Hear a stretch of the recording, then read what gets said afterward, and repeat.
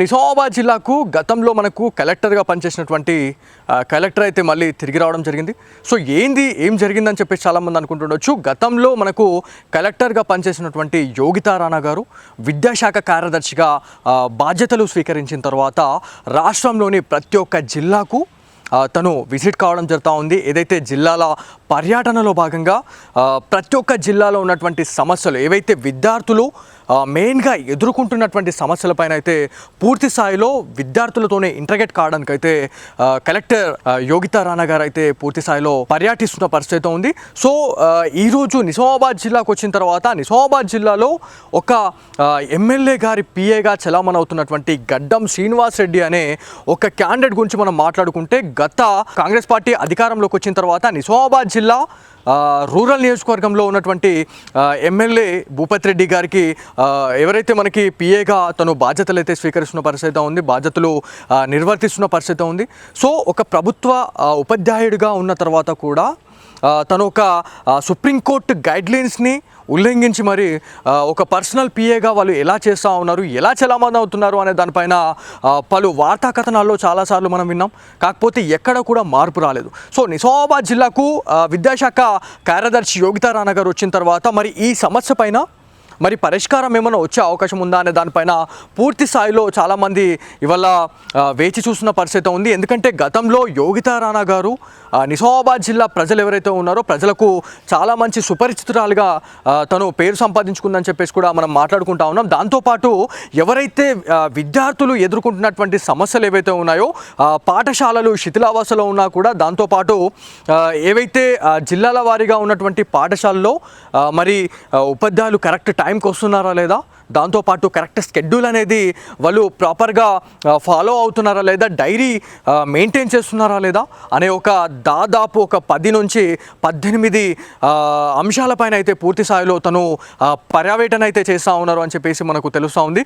So ఎవరైతే MLA గారి పిఏగా చలామణి అవుతున్నటువంటి గడ్డం శ్రీనివాస్ గారికి మరి షాక్ ఏమైనా తగిలే అవకాశం ఉందా? ఎందుకంటే విద్యాశాఖ కార్యదర్శి నిజామాబాద్ జిల్లాకు వచ్చిన తర్వాత మరి దీనిపైన వెయిట్ పడే అవకాశం ఉందా? దాంతోపాటు ఒకవేళ సుప్రీంకోర్టు గైడ్లైన్స్ని తుంగలో తొక్కి వీళ్ళు పర్సనల్ పిఏగా చలామణి కావడం, దాంతోపాటు ఎవరైతే రూరల్ ఎమ్మెల్యే భూపతి రెడ్డి గారైనా తను చెప్పుంటే బాగుండేది అని చెప్పేసి కూడా చాలామంది అంటూ ఉన్నారు. ఎందుకంటే ఇక్కడ ఒక రెడ్డి అనే ఒక ఫీలింగ్తోని పర్సనల్ పిఏగా తన్ని నియమించుకున్నారు భూపతి రెడ్డి గారు అని చెప్పేసి కూడా మనకు పలు వార్తా కథనాల్లో విన్నాం. చాలామంది వాళ్ళ కార్యకర్తలే కావచ్చు, దాంతోపాటు నియోజకవర్గ ప్రజలు చాలామంది ఇబ్బందులు ఎదుర్కొంటూ ఉన్నారు అని చెప్పేసి కూడా మనకు తెలిసింది. ఎందుకు ఇబ్బందులు ఎదుర్కొంటున్నారు అనే దానిపైన మనం మాట్లాడుకుంటే ఒక రెడ్డి ఫీలింగ్ అనే ఒక దానిపైన అయితే ఇదంతా కూడా నడిపిస్తూ ఉన్నారు.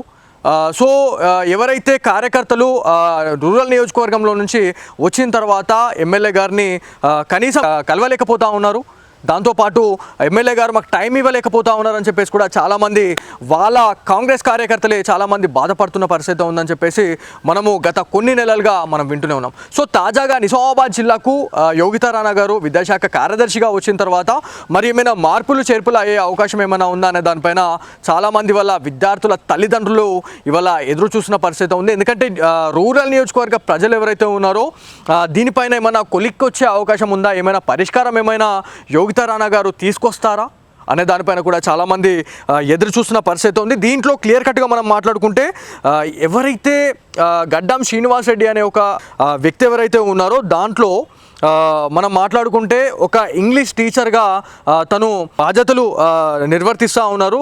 గత కొన్ని నెలలుగా తన వ్యక్తిగత సెలవులు తీసుకొని తను పర్సనల్ పిఏగా తను బాధ్యతలు కూడా నిర్వర్తిస్తూ ఉన్నారు ఒక ఎమ్మెల్యే గారి దగ్గర అని చెప్పేసి మనం మాట్లాడుకుంటూనే ఉన్నాం. సో దీంట్లో ఇంకా క్లియర్ కట్గా మనం మాట్లాడుకుంటే ఏదైతే మనకి రూరల్ నియోజకవర్గంలోని దర్పల్లి ఏదైతే ఉందో దర్పల్లి మండలంలోని మైలారం గ్రామానికి చెందిన జెడ్పిహెచ్ఎస్ ఇంగ్లీష్ బోధించే ఉపాధ్యాయుడు స్కూల్ అసిస్టెంట్ గడ్డం శ్రీనివాస్ రెడ్డి గత కొన్ని నెలలుగా గత 2 సంవత్సరాలుగా అని చెప్పేసి కూడా మనకైతే కొంత ఇన్ఫర్మేషన్ వస్తూ ఉంది. మరి సంవత్సరాల లేకపోతే నెలల అనే దానిపైన అయితే మన రూరల్ నియోజకవర్గ ఎమ్మెల్యే భూపతి రెడ్డి గారే చెప్పాలా, దాంతోపాటు గడ్డం శ్రీనివాస్ గారే చెప్పాల్సిన అవసరం ఎంతైనా ఉంది. ఎందుకంటే వ్యక్తిగత సెలవులు పెట్టి ప్రత్యేకంగా ఎమ్మెల్యే వద్ద పిఏగా పనిచేస్తూ ఉన్నారు అని చెప్పేసి మన క్లియర్ కట్గా మనకు వార్తా కథనాలు అయితే వస్తూ ఉన్నాయి. వార్తా కథనాలు కాదు, ఇవి ఫ్యాక్ట్స్ అని కూడా చాలామంది చెప్తా ఉన్నారు. సో దీంట్లో సుప్రీంకోర్టు గైడ్లైన్స్ని తుంగలో తొక్కి మరి ఈ ఏవైతే నియమ నిబంధనలను విరుద్ధంగా వెళ్తూ ఒక ఎమ్మెల్యే స్థానంలో ఉండి ఇవాళ ఒక ఎమ్మెల్యేగా ఉండి 10 మందికి మంచి చెప్పాల్సిన వాళ్ళే ఇవాళ సుప్రీంకోర్టు గైడ్లైన్స్ని మమ్మల్ని ఎవరేం చేస్తారులే, మా వెనక రాష్ట్ర ప్రభుత్వమే ఉంది అనేటట్టుగా ఈ ఎమ్మెల్యే వ్యవహరిస్తూ ఉన్నాడని చెప్పేసి కూడా చాలామంది చెప్తా ఉన్నారు. సో దీనిపైన మరి రాష్ట్ర అధిష్టానం కావచ్చు, దాంతోపాటు విద్యాశాఖ అధికారి ఎవరైతే ఈ ఉద్యోగస్తుడు ఎవరైతే ఉన్నాడో ఇతనిపైన ఎలాంటి వేటు పడే అవకాశం ఉందనే దాని గురించి మనం మాట్లాడుకోవాలి. ఎందుకంటే కొన్ని స్కూళ్ళల్లో టీచర్స్ లేక సరైన విద్యాబోధన లేక పిల్లలు ఆగమవుతూ ఉన్నారు. సో వీళ్ళేమో గవర్నమెంట్ కొలువుల్లో ఉండి పర్సనల్ వ్యక్తిగత ఏవైతే ఇట్లా ఎమ్మెల్యేల దగ్గర అన్సర్లు లాగా ఇవాళ వాళ్ళు వ్యవహరిస్తూ ఉన్నారు, పర్సనల్ పిఏ లాగా వాళ్ళు ఇచ్చేస్తూ ఉన్నారని చెప్పేసి మనం మాట్లాడుకుంటా ఉన్నాం. సో దీంట్లో మనం ఆల్రెడీ మాట్లాడుకుంటాం. నిజామాబాద్ జిల్లాకు యోగితా రాణా గారు వచ్చిన తర్వాత ఈ 2 రోజుల్లో నిజామాబాద్ జిల్లాలో ఉన్నటువంటి పాఠశాలలు ఏవైతే ఉన్నాయో పాఠశాలలో ఎక్కడెక్కడ ఎలాంటి అవకతవకలు జరుగుతూ ఉన్నాయి, ఎక్కడెక్కడ ఎలాంటి ఫెసిలిటీస్ అనేది చాలా ఇబ్బందికరంగా ఉన్నాయి విద్యార్థులకు అనే దానిపైన అయితే పూర్తి స్థాయిలో వాళ్ళు పర్యటన అయితే చేస్తూ ఉన్నారని చెప్పి తెలుస్తూ ఉంది. సో దాంతోపాటు యోగితా రాణా గారు వచ్చిన తర్వాత మరి ఎమ్మెల్యే గారితో ఏమైనా మాట్లాడే అవకాశం ఏమైనా ఉందా?